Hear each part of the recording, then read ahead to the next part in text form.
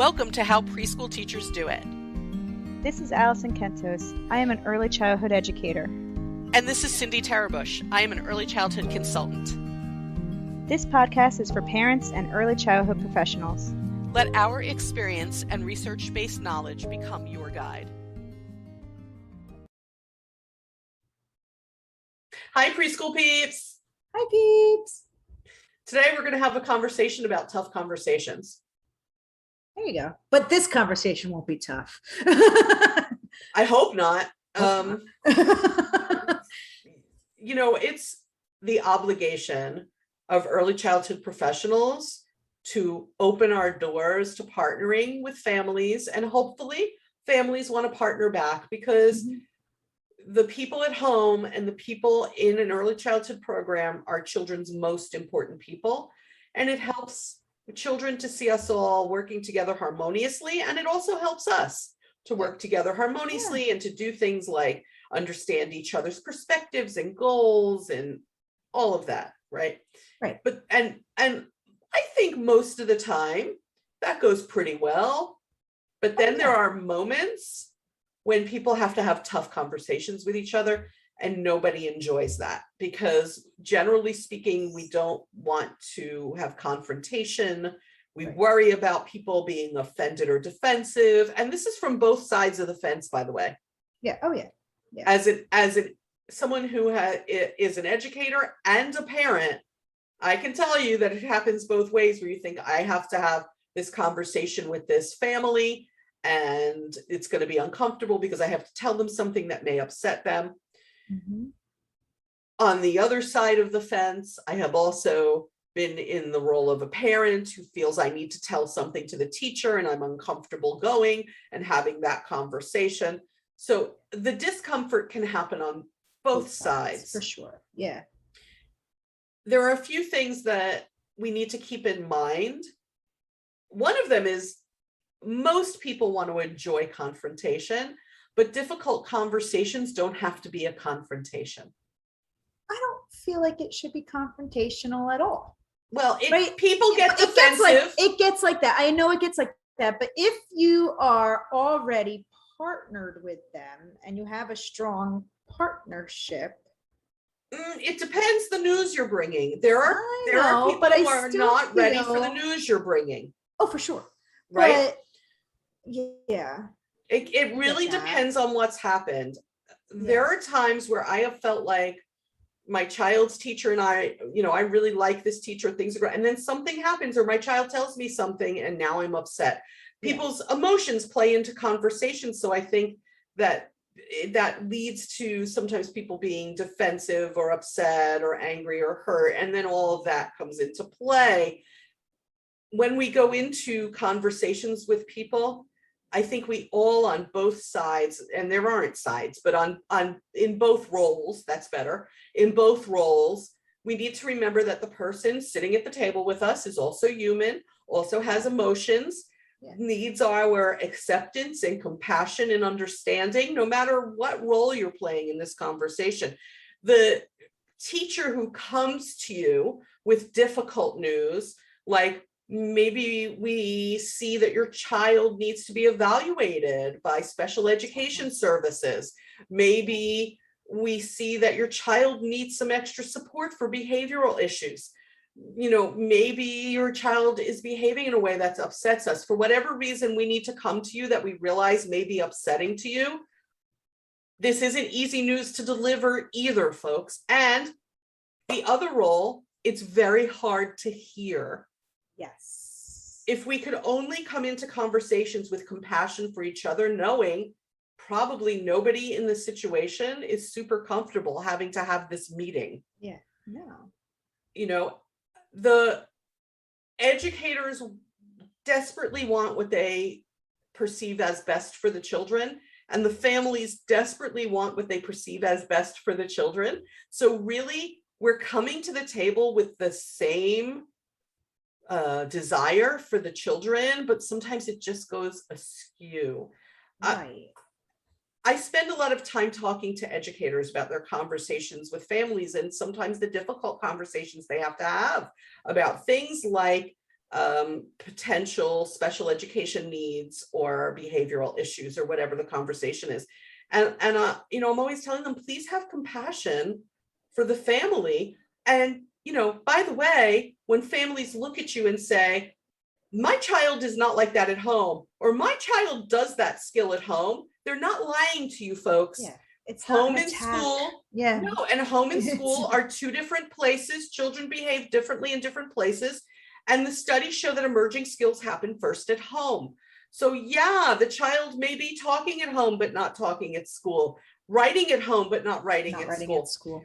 The child may be doing those things. So my response to the parent who gets a little defensive because you're underestimating maybe what the child is able to control or do based on what they witness at home, the response should be, I'm glad to hear that she's able to do that at home. Yeah. Help me figure out how to help her do it when she's with 10 other children. We need to reach out to the families for help, not judgment. And can I just say this on behalf of families everywhere? Conversations should never be judgy. Well, I was just going to say that, so when the parent comes to you and says, but he does do that at home, it might not be out, and you as an educator might be like, oh God, they're angry, but they really might not be angry. They might be kind of surprised because they're like, but he really does do that at home. So why isn't he doing that? You're giving news to them that they might have assumed he was doing that at school the entire time because he is doing it at home. Maybe. So don't assume that the emotion or the reaction is due to anger. It might just be shocking a little bit, they're like, but he does do it at home. And I think so many teachers are like, oh, see, they're just denying that they need whatever it is. They're denying that. And I'm like, no, I don't think they are. I think if you get it's the initial shock of it all, and then they have time to think about it, be like, okay, there can be people who are not ready to hear your news yet and say to you, nope, I reject that. That is not. It's their right and their prerogative to make decisions for their children. We should respect that. We actually should come into conversations with people saying to them, I'd like to sit and talk with you a little bit about what we're observing, what you've observed at home about your child's skill or behavior. I need to know what you've seen at home so that we can work together to support your child. That's how you introduce conversations. Your introduction of needing to have a conversation doesn't be, can we meet? We have a concern. It can be, can we meet? We need your help. Meet so we can work as a team kind of thing, which comes off differently than let's meet, we have a concern. And once you start calling it concerns, then all of a sudden that wall is going to go up. But if you say, hey, I'd like to meet and discuss, his skills that you have at home versus the skills here, or whatever it is, but calling them concerns, I think automatically you've already had that wall put up. Yeah, they're right. They're already feeling a little threatened. Like, oh, yes, this is going to be bad kind of thing. And right. So coming at it as let's work together. Correct. So when we say to them, can we meet or talk? Because I'd like to share what we're seeing in school and find out what you're seeing at home to best support your child about whatever it is. Yeah. That's a way different introduction. So that's step one. Think about how am I requesting the conversation? Also, families, by the way, you can say to a teacher something like, I would like a chance to speak with you about something my child shared with me so that I understand what's happening. Teachers also, I'm just going to make the general statement that their goal is not to lie to you. It's their perception of what's happened in a very busy classroom. It's a totally different environment than home, classroom than at home. Yeah. So completely. Yeah. So when we're requesting a meeting, please think about your phrasing and do it in a way that promotes partnership and gives the other person the ability to listen to you because they don't feel so threatened or judged. Then when you sit together, I can't say listen enough. We need to listen to each other's perspectives. We need to accept each other's statements. Yeah. When as a parent, if a teacher says to me, I want to share with you what we're seeing your child do when your child is with 15 to 20 other people. Here's the behavior we're seeing, or the skill level we're seeing. Please understand that it's not an attack on your parenting. It's simply they're sharing with you an issue that they see so that they can help your child. I hope that your conversations with educators have not felt judgy. And if they have, I hope that you can kind of think of it as that person's discomfort with coming to you. That said, I do find that sometimes people are judgy about each other from both roles, and we have to take a deep breath and realize when we're judging. I hope for the day when I never again hear an educator say something like, but when those parents are raising their kids, they don't X, Y, Z. How those parents raise their children is none of my business. Not my business. It's not my business. Their parenting decisions are frankly none of my business. What we need to partner about is how the child does in the classroom, not at home. What they do at home is their own. They have every right to parent their children as they see fit, as long as no one is being abused or neglected. Right. So that's not, it's not for you to judge, is also a phrase I use all the time with educators. It's not for you to judge. You can't control that. Right. Educators, teachers, teacher assistants, administrators, whoever's listening to us from the profession, you can't control what the families do at home. So that's not for me to decide, judge, or use as some sort of rationale or reasoning for why the child is behaving a certain way in my classroom. You have to focus on what's happening in the classroom, and can I teach this child different behavior for different places? That's your focus. That's your focus. Yeah. Families. The teachers are in a room of many, many people, all with their own individual needs. And this is not an easy job. I think some of you may have suspected that during pandemic lockdowns. This is not an easy job. It's not. They have 2 eyes in their heads and 30 eyes looking back at them. Yes. So I hope that you also have compassion for the fact that this is a very busy job, that your child behaves differently when in an early education setting than at home. Mm-hmm. And that you bring a lot of knowledge to the table about what makes your child tick. And that's really what they need to know. What makes your child respond? What makes your child function? What do you think we can do to support your child's ability to function well in this early education setting? Yeah. There should be no judgment. There should be no attack. I feel like if it comes from an area of support and kindness, then those walls won't go up and there won't be a lot of judgment. Right. But so many people forget that, they forget to be kind sometimes, or they forget that because we're all emotional human beings. I know, but they're emotionally involved, as a parent. I'm emotionally wrapped into my child. I'm wrapped in. Also, a lot of times families feel that if their child does something, that it's a reflection on you. Them. Yeah.